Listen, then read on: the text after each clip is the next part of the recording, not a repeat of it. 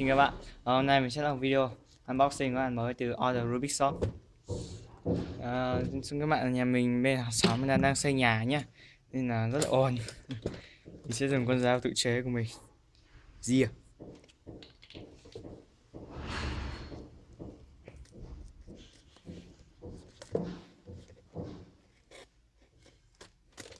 Cẩn thận không cắt vào cục Rubik.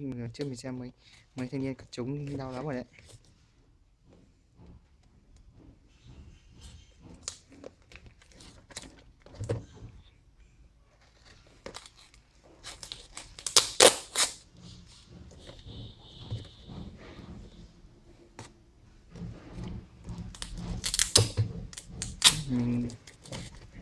Khá là nhanh.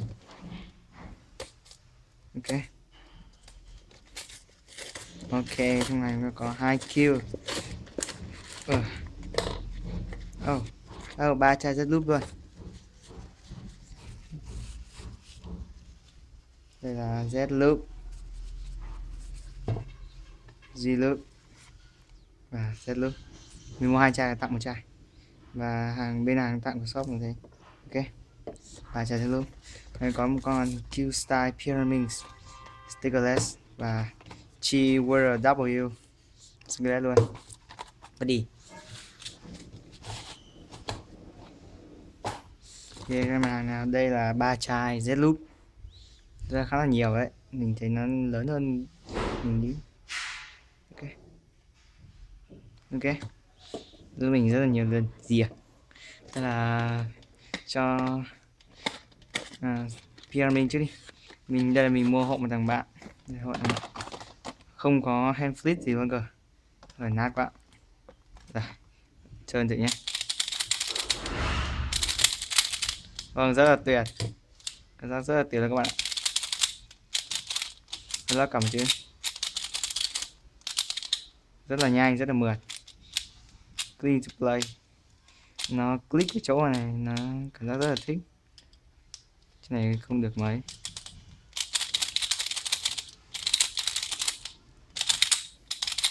Hơi lót cặp, cắt góc, nhưng mà cũng khá là ổn.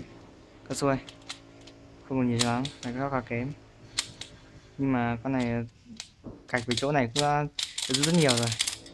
Hệ màu xem, con này hệ màu rất là đẹp, khá là đẹp đấy. Nó rất là sáng, bên trong đây là kép nha, và có cả loop đây, đây đấy, đó, nó rất là thích. Sẽ là thử một cái xô bên pyramid này, nhanh lắm. Ok, mình dùng method cơ bản thôi, không gì đặc sắc.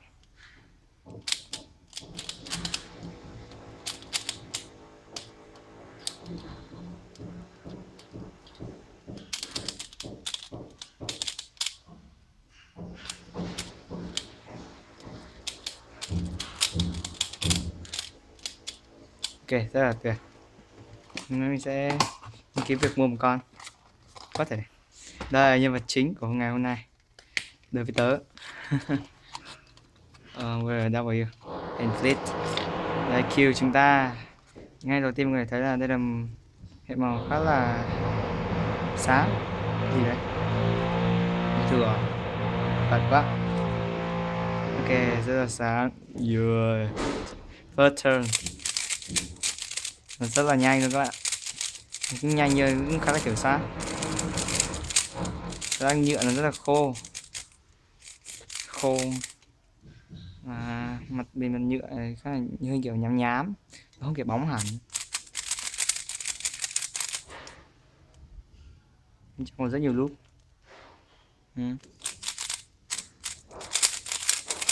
Rất là nhanh, nhanh cực đấy. Cân góc 45 độ, cao rất ổn, qua 45 một chút. Lót lại rồi, cân ngược. Rất là tốt, cân ngược ra ngoài luôn. Trên trần như là hơi chặt một chút xíu, chung qua trơn rất là ổn luôn. Con này là lại đang rất là nổi tiếng rồi, mình cũng không nói nhiều.